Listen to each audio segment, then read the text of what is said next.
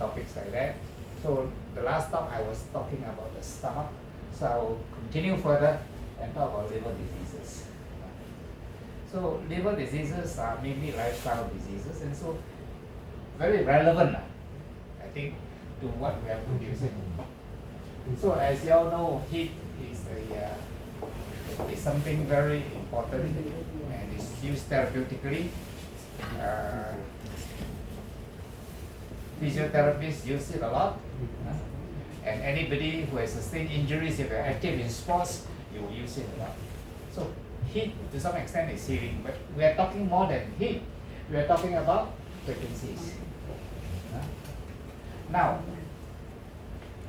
if you know, energy medicine has been in the forefront for the last 20 odd years, and we now know that everything has a frequency. Okay? So if you look to YouTube alone and look at frequency used in a therapeutic way, you find a lot of frequencies being used. Even middle C can heal. That's pretty dramatic, it seems to me. And Albert Einstein said that, of course, you know what's Einstein famous for? The famous equation E equal mc squared, right? E is energy, isn't it? Energy is frequency. So that is a very unique statement. It has a lot of meaning, some of which we are still yet to understand. Now, of all frequencies, we are talking about terahertz frequency. Now, terahertz frequency is the in thing nowadays. Recently, I saw a news article. They say this may be the answer to cancer treatment. Isn't that marvelous? And how many of you have 5G handphones? No, huh? You have, huh? You know 6G, 4G. Well, I'm still using 4G because I don't need all the power. But 6G is terahertz. That's what's remarkable about this new technology. So terahertz is in health, science, military, agriculture, communication. It's the latest coming in. Photonic chips, you heard? You know the chip war between US and China, which I'm sure you heard of, right? China is pulling ahead because of the photonic chip, and it is terahertz. So we don't have to be dinosaurs and stay in the past. We can move to the future, move with new science and new advances. And every day I read something about terahertz. It tells me I did the right thing. I have made my choice. I will stay with this. So, what is terahertz? You know microwave? All of you have used microwave, right? Microwave is here in the whole spectrum, from very long wavelength to very short wavelength, and infrared is here. And in fact, infrared has been used therapeutically, you know. When I sold a terahertz device to my friend, he told me that more than 10 years ago he bought this infrared blanket. And it provides healing to his bones and joints. And we know campfire is very healing, isn't it? It's infrared. So it's smack in between. So we study this in electronics, right? We study this under light, or what they call photonics. So terahertz is ignored because it's in between. So recently we have the techniques to study this. So I'm not going to talk about military and security and all this stuff. It's not my line. I'm medical. So I'll talk about the medical aspects of terahertz. Okay? So as far as medical is concerned, there are diagnostic devices. In other words, like X-rays, like whatever scans, you can use this to diagnose by looking at it. So X-rays is the first. You take an X-ray, you can see what's inside the bones. So you have a lumpy hip, lumpy limb. You take an X-ray, you can see what happened. Is it a fracture, and how many fractures are there, right? So it's diagnostic. Now I'm talking about therapy. healing benefits of THz. So, a very important aspect of THz is that it is a frequency, and all objects, including human cells, vibrate at a certain frequency. And the manufacturers of this equipment choose the frequency which is the same as that of a human cell. So this is pretty unique. What does that mean? What are the properties of terahertz waves that we choose it for our devices? Terahertz is of low energy. Unlike X-ray, it doesn't damage. It's so low, but it is able to penetrate. That's why it's used in security screening. See? It can penetrate. You can shine a terahertz thing and you can pick it up on the other side. That's why it's used for security screening, because it can penetrate anything that doesn't conduct. Non-polar compound, we call it. Polar is conductors of electricity. But any polar compound, that means any conductor of electricity, metal, water conducts electricity, I'm sure you know, it will absorb. And when it's absorbed, some energy is given out. This energy is very small. It's unlike X-ray, where energy is intense, and it can give rise to changes in your DNA and cause cancer and so forth. So it's very small. These are the kind of energy that correspond to hydrogen bonds and van der Waals forces. If you are in chemistry, you know that, right? Van der Waals forces are very weak forces. They are the forces that hold water molecules together, that give water molecules this viscosity, right? You pour water out, and then you put it upright again, you find water collecting. They are not poured out because of the viscosity, van der Waals forces. Okay? So because it's absorbed differently by different tissues, that's why when you shine it on the bone, you can see different layers in the bone. Very remarkable to me. So this is very unique. So that's why when you shine on something, it shows what is known as Rayleigh scattering. Rayleigh scattering means it's like light. You shine a light on it, you can see clearly what it is. If you have used infrared spectacles, you know what I mean. It's totally dark, you wear infrared spectacles, you can see everything, even though it's completely dark. So it is something like that. Okay. Now, what does it do to the normal cell? Because the energy is so small, it doesn't destroy the normal cell. It actually makes the cell active. And this is terribly important. And normal cells what happen? It causes the cell to die. Because it's at a different frequency. Because in medicine we call this apoptosis. The cell dies. This is how the body gets rid of cells that are not useful, by causing the cell to die. And then it disrupts DNA. So I think this is an amazing thing. This is what the recent article I told you about, that recently people highlight this as one of the new things that will help us with cancer. Of course, in very big, huge, lumpy cancer, maybe it can't help because, not fast enough. But certainly, if you want to prevent, if the cancer is early stage, it can help a lot. And then we know that a lot of diseases are diseases of inflammation. There's a lot of body's reaction to inflammation, and it decreases the inflammatory proteins. So the inflammation cools down and it heals. And it alters gene expression in DNA. Not so much alter as it activates the DNA. DNA is a double helix, right? Like a ladder like that. So, terahertz wave has the ability to unzip the DNA. So when you unzip the DNA is exposed, it can then start manufacturing proteins and so forth. And of course, it causes cellular division. Remarkable effects, in my opinion. So, I'll go through some of the ability of terahertz waves. Because terahertz frequency is the same as that of normal cell, it disrupts abnormal cells and it causes abnormal cells to disappear and absorb. This is particularly so when it comes to infections. How I got interested in terahertz? Because there was a scientific article that say they use far infrared rays to treat COVID-19. COVID-19.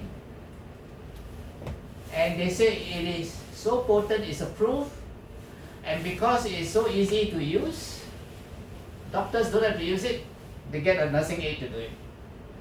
And it works. That's how I got interested. And near far infrared is almost terahertz waves. That's how I got in. And for my own, we live in Singapore, a lot of people I discover, not myself, have fungal infection. Because we sweat and humid, and then fungus grow. This worked like magic of my fungal infection.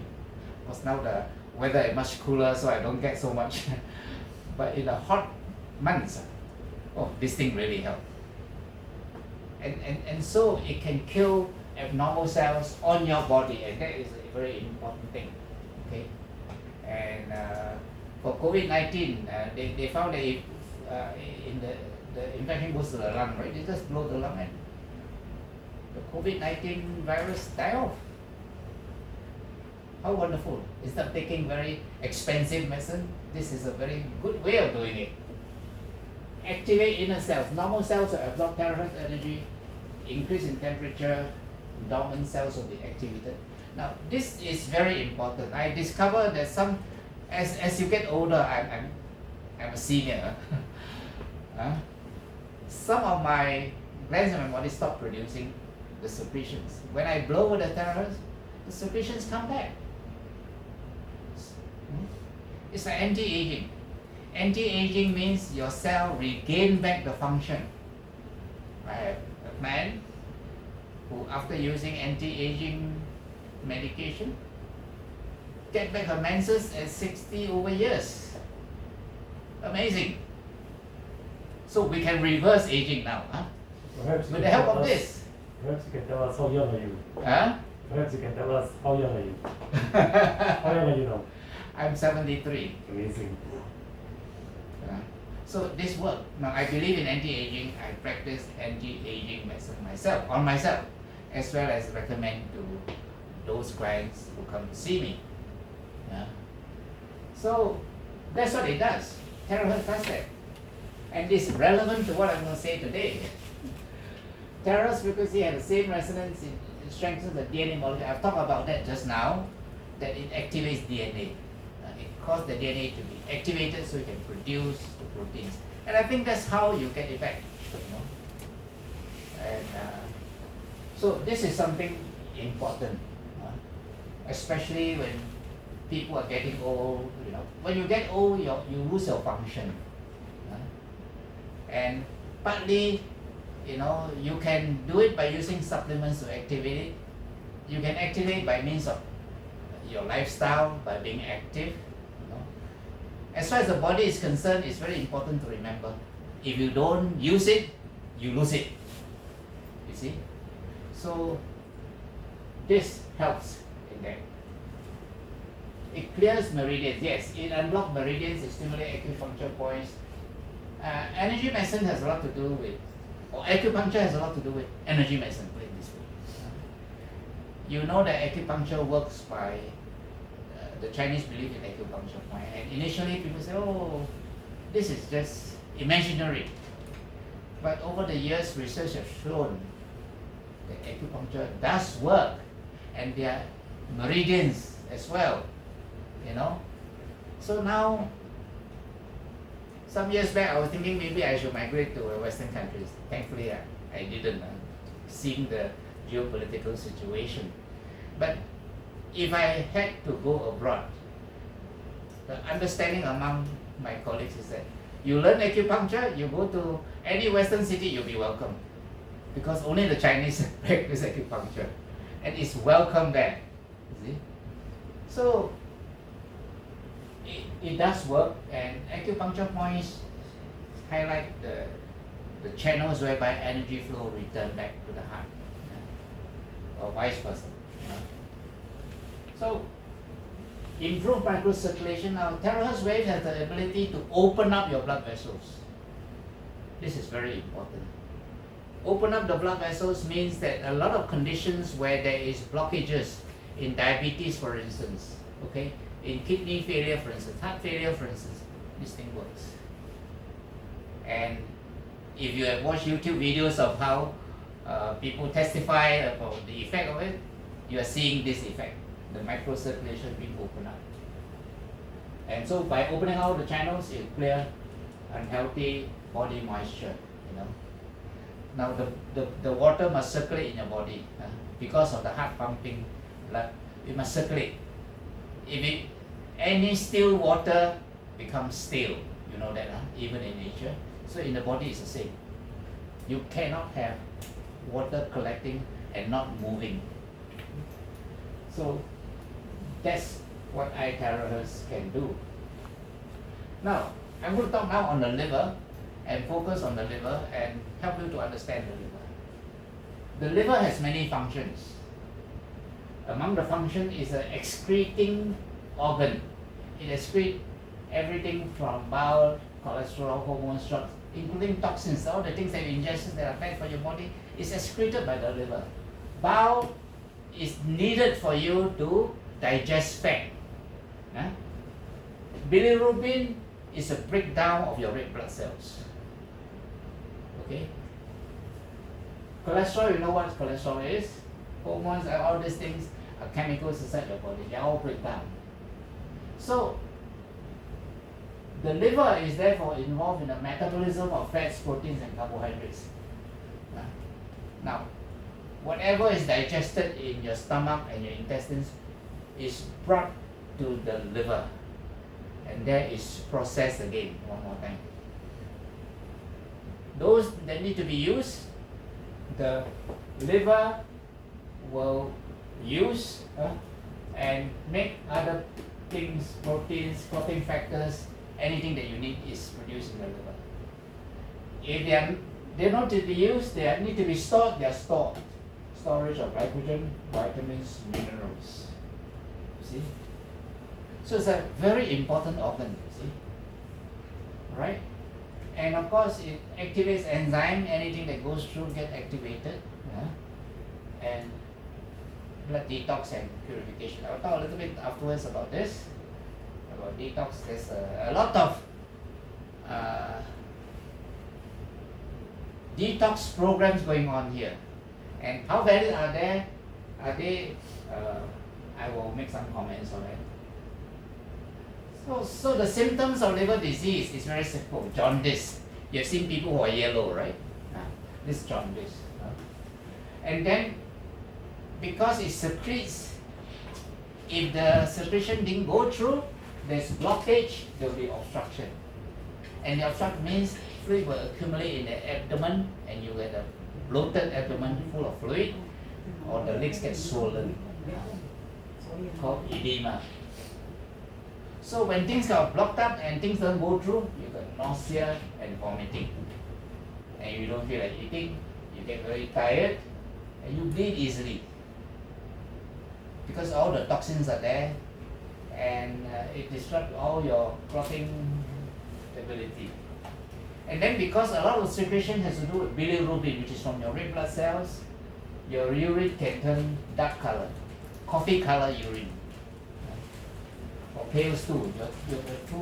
Your stool become very pale because the color didn't go through. A lot of your color of your stool come from the bilirubin, from your red blood cells. So when it's blocked and it doesn't go through, your stool become very pale. So there are two very important systems in the liver. One is called the biliary system. The biliary system collect the bile, the bilirubin, and all the excretory products, and then brings them to the duodenum, the intestine, and then it's excreted. That's why your stool got the color. Okay. So if this got blocked, you got jaundice. There are 3 types of jaundice. One is when the blood gets broken down very fast, especially if you got poison and all that.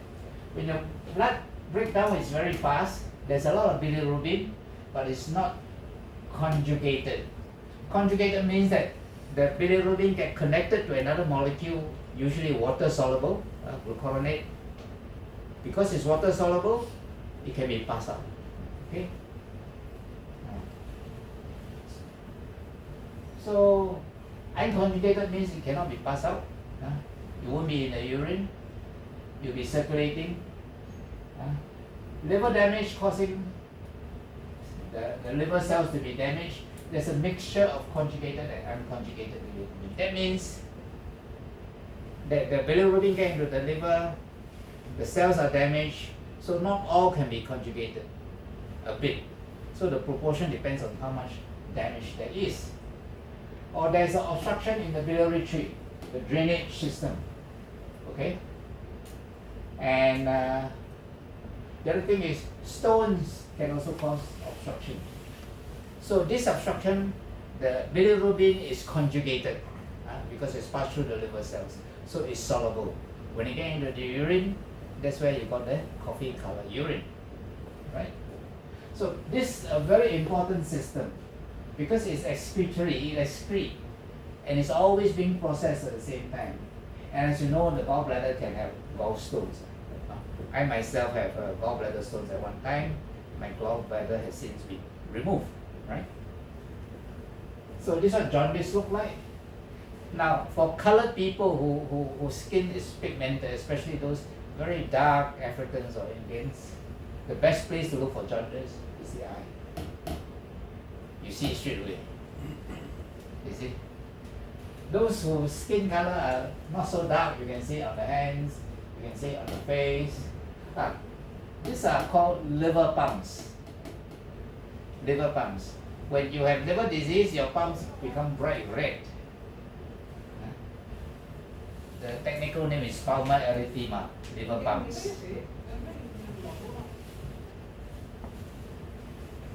The other thing about the liver, very unique about the liver, is that besides being supplied by an artery, the liver is supplied by a vein. Now vein, you learn in school, arteries bring blood from the heart, veins bring blood to the heart. But there are two parts in the body where the vein go to another organ. One is inside the brain, there's a portal system there, it's called a portal system. Another part is the liver, where the vein goes to the liver.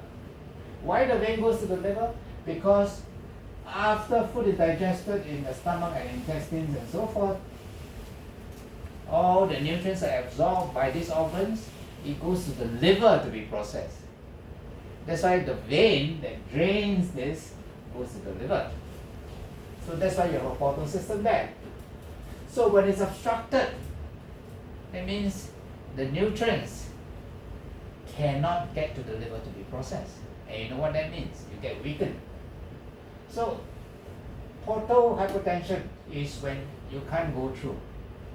You can't go through mainly because of liver damage, liver cirrhosis. I will talk a little about that. And a lot of the symptoms are due to leakage of blood from blocked veins. So one symptom is that you can vomit blood because the veins also go up to here, just near the entrance to the stomach.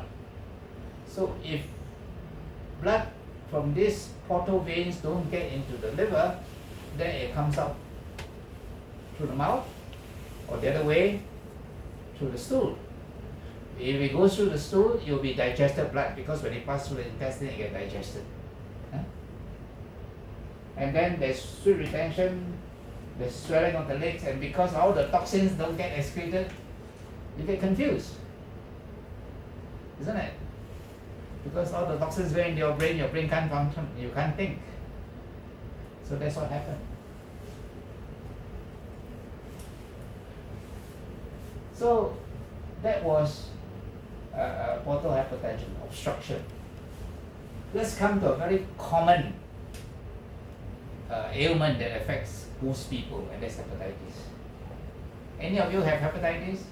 A, B, or C? No, huh? Well, good. There are actually 5 types of hepatitis. A, B, C, D, E. D and E are not so common. Most commonly is A and B.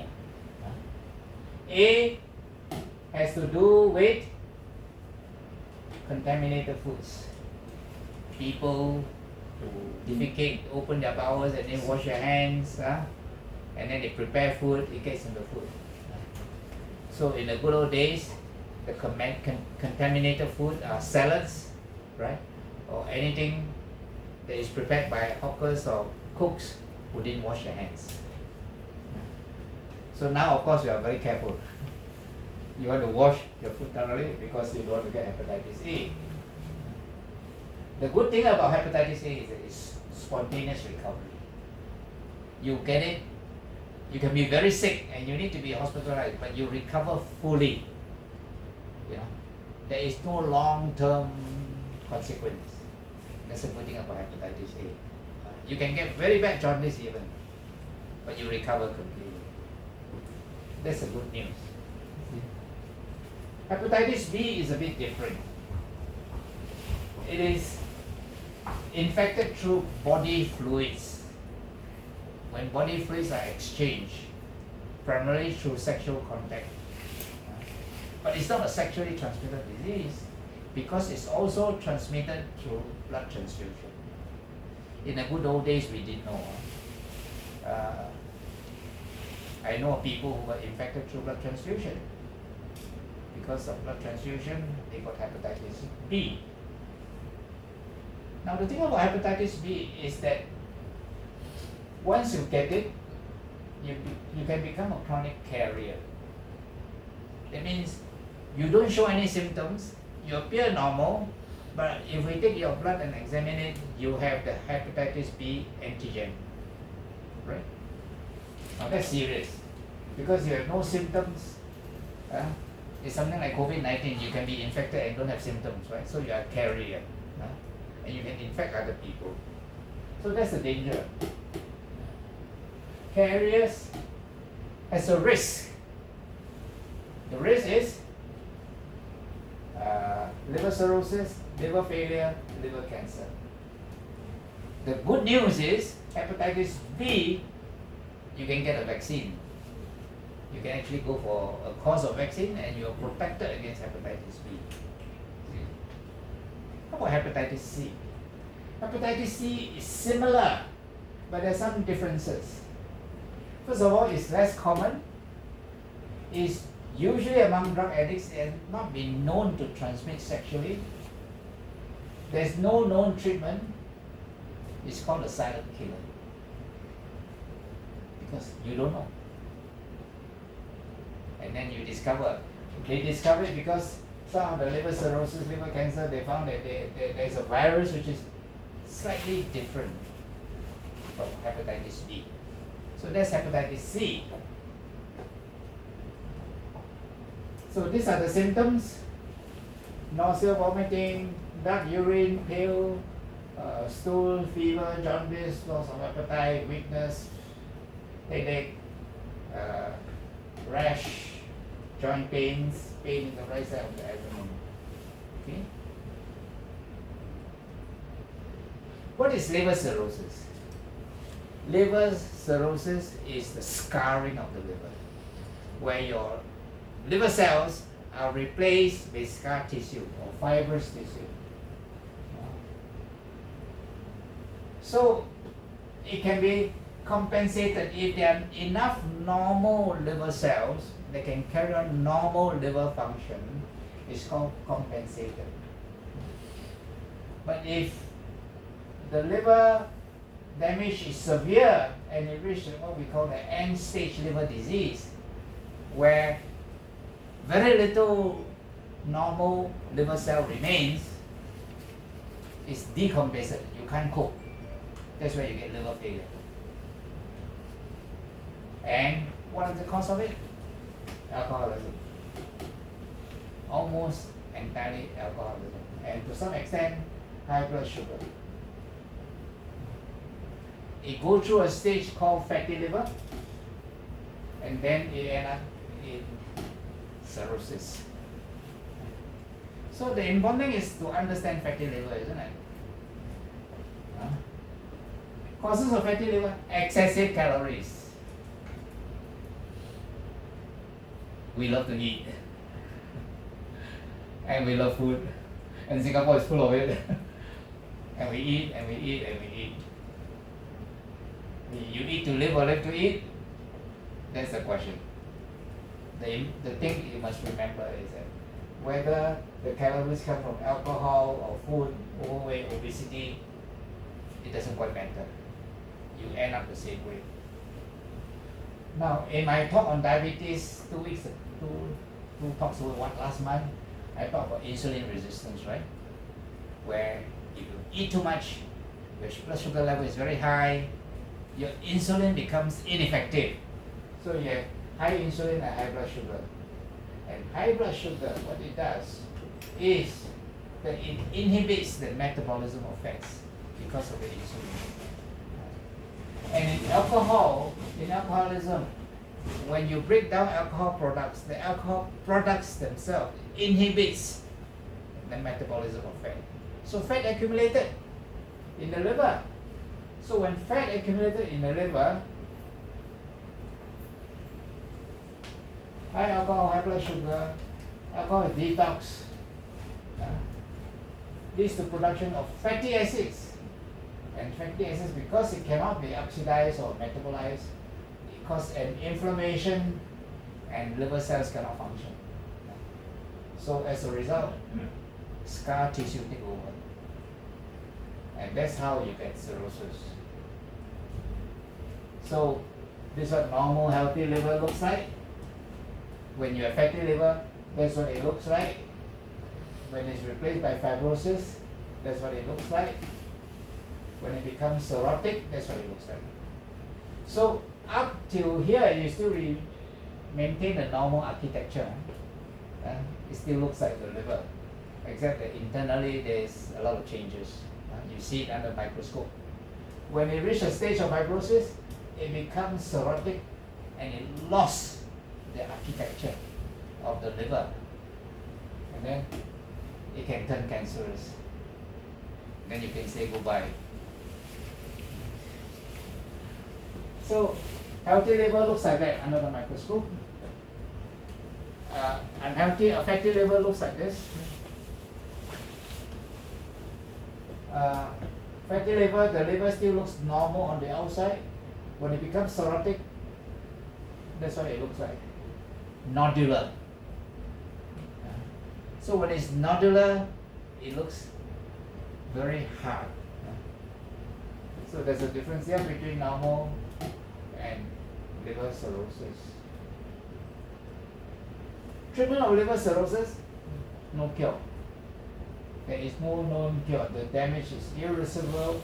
You can prevent further deterioration. In other words, whatever there's left, you can reclaim it. So how do you support liver cirrhosis? Low salt diet, induce urination by using medication. Dietary support, fresh foods, avoid food that are processed, alcohol, trans fat, and salt. Trans fat means fried foods. Your fried foods are full of trans fat. So you may need antibiotics to prevent further infection. Okay. Why some people get liver cancer? Very simple. Overweight, obesity, hepatitis, smoking, drinking, cirrhosis.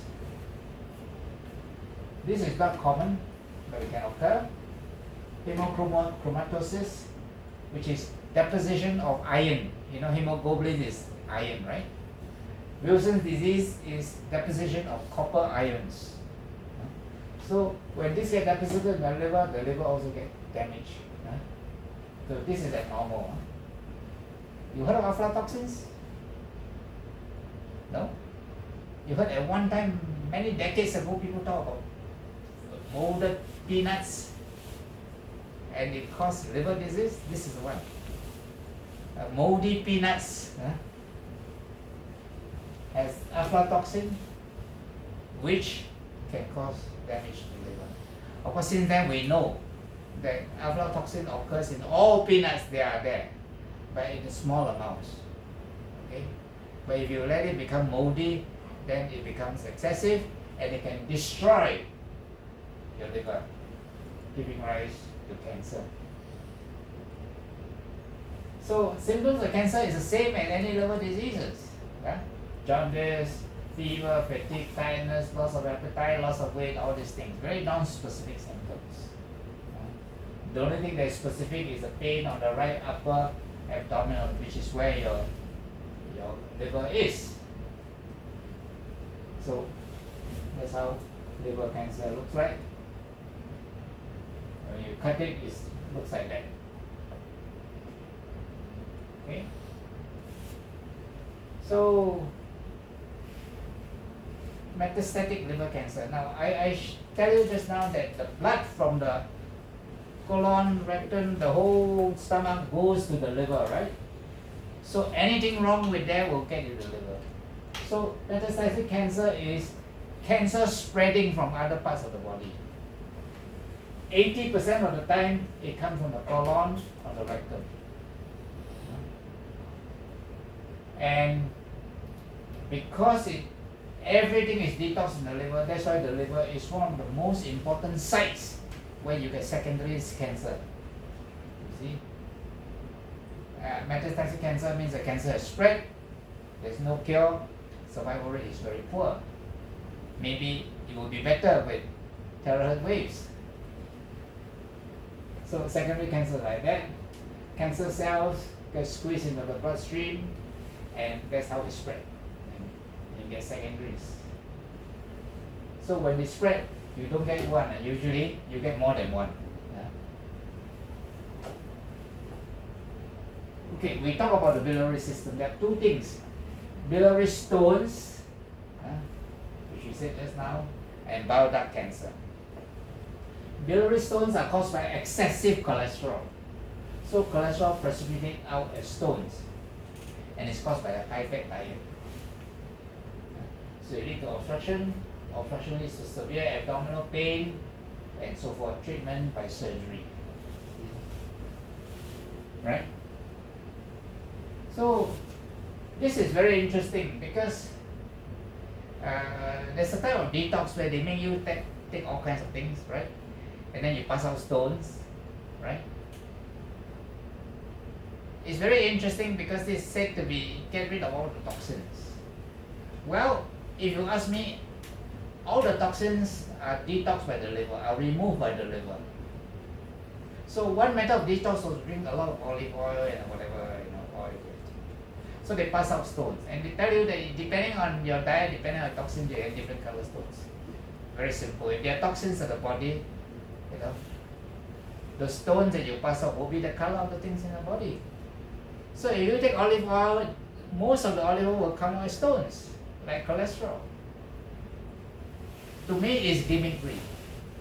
To me, it's gimmickry because if you want to really remove things from your liver, there are many ways to do it. You can actually take a lot, drink or take a lot of things that allow the liver to excrete all the toxins that are inside the thing.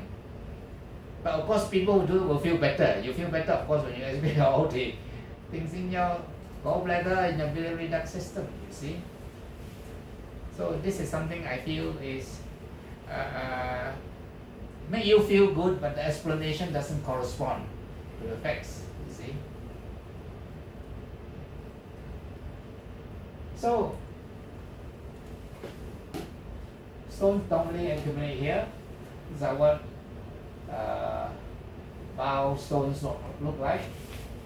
They're mostly whitish because of the cholesterol, and depending on what impurities they are, they may have a different color.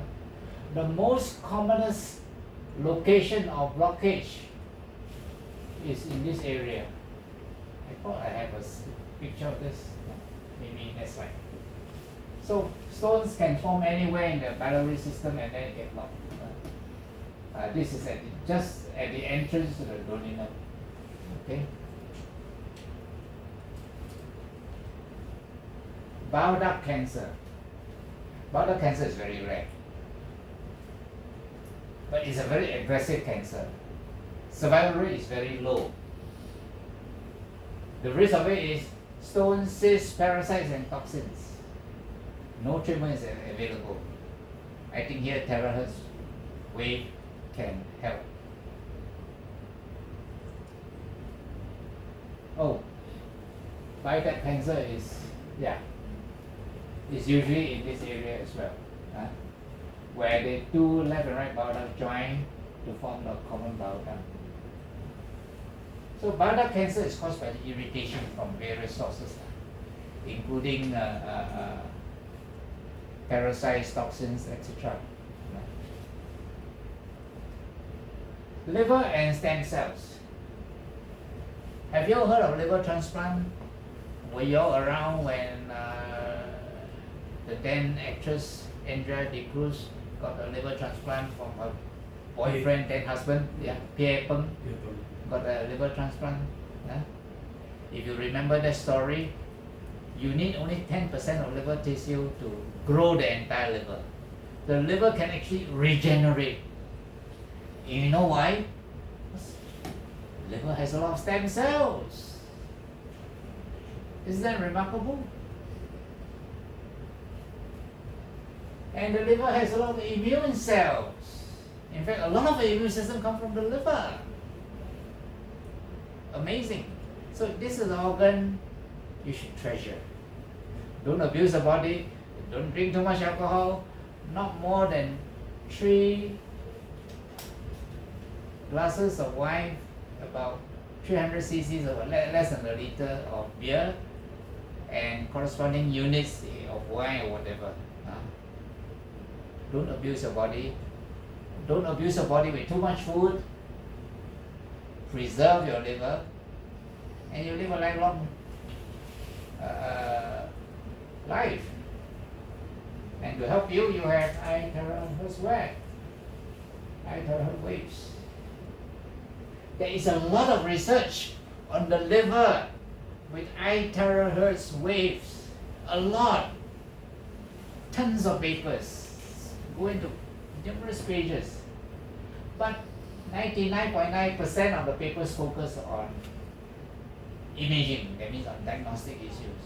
How they can pinpoint the liver, what it is, what is the problem, But the liver is often as large as it's about this side, right? As large as a football. It is just below the surface. It's highly accessible. If THz waves can penetrate at least 10 centimeters, it can definitely penetrate the liver. I guarantee you that. Yeah, I know, but you must consider the fact that the liver is mostly blood, so it will get absorbed. So let's halve it, 10-15 centimeters. It's enough. It's enough, more than enough. So THz waves can stimulate immune cells. We know that.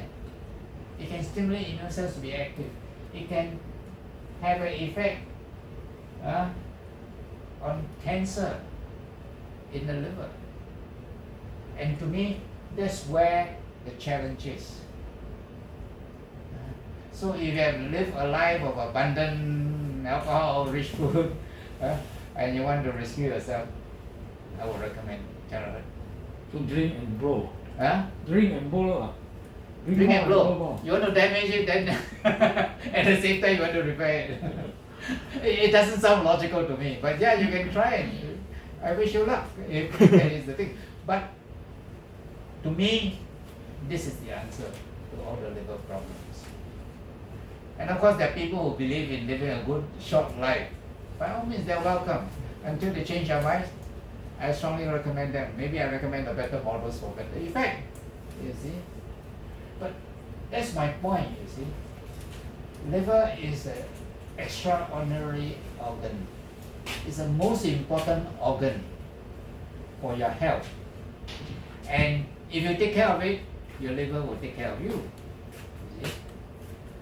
And if you take a terrible diet, then everything get blocked and damage all your body. The other detox thing that is going on that people get crazy about is called colon cleansing, right?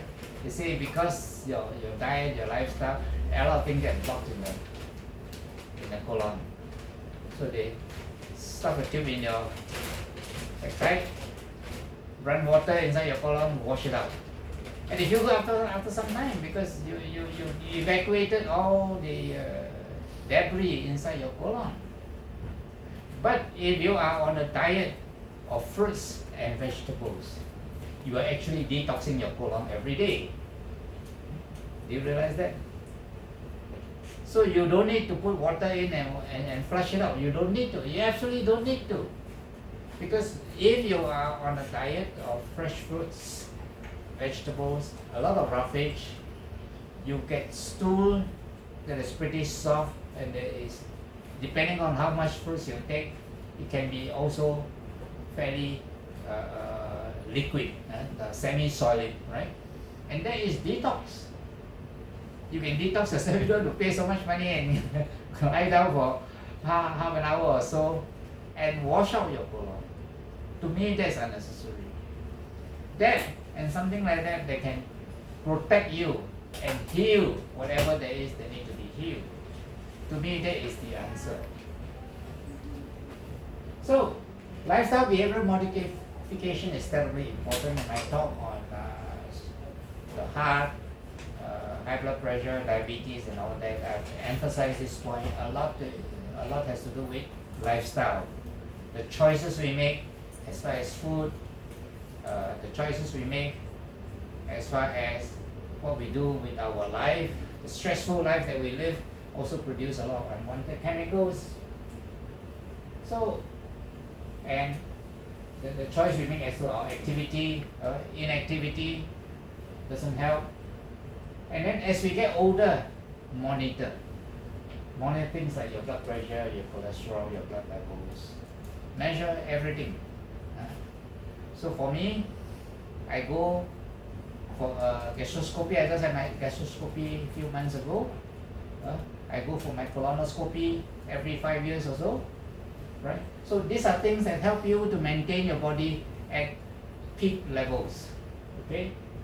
And if necessary, take supplements, health products, health devices like iTeraCare to help you. Anti-aging techniques, including stem cell nutrition, terahertz devices. So my closing message is very simple. Put more years in your life, you can live longer.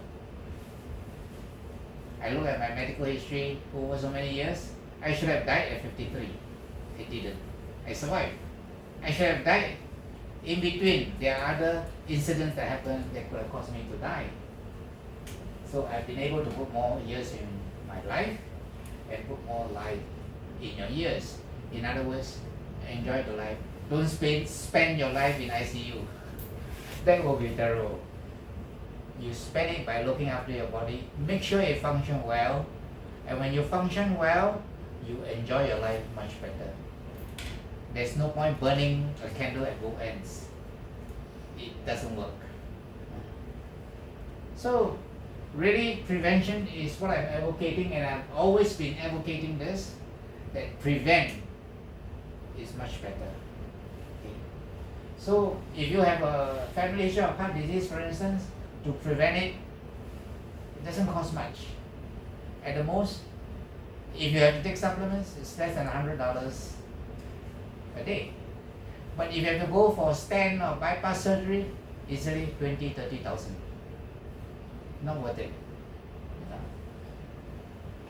So in closing, I would say this device is an amazing device. It can be used in these instances, inflammation, points and all that, blockages, skin, especially skin, like the liver is on the surface. The liver is near just below the skin, the skin is on the surface and is easily accessible to the device. And it's not recommended for the following: pregnant women, acute diseases, congenital, implants, open wounds and fractures. So sometimes you ask, how do I know where to go? I don't have any illness. Do a bioresonance scan. A bioresonance scan use the same principle to detect which part of our body is malfunctioning. So I have scanned several people and I found that sometimes they don't have any complaints, but this scan is able to pick up this part of the joint is not okay, or the colon is not okay, or some part of some organ is not okay. Now it's useful to know that before you get disease and symptoms. And so that's what we recommend. So THeraCare, and if you need supplementation, you do the right supplements. Don't just anyhow grab whatever supplement you find at the supplement store. It doesn't work. But when you know which part of your body is not well, you can be so much targeted.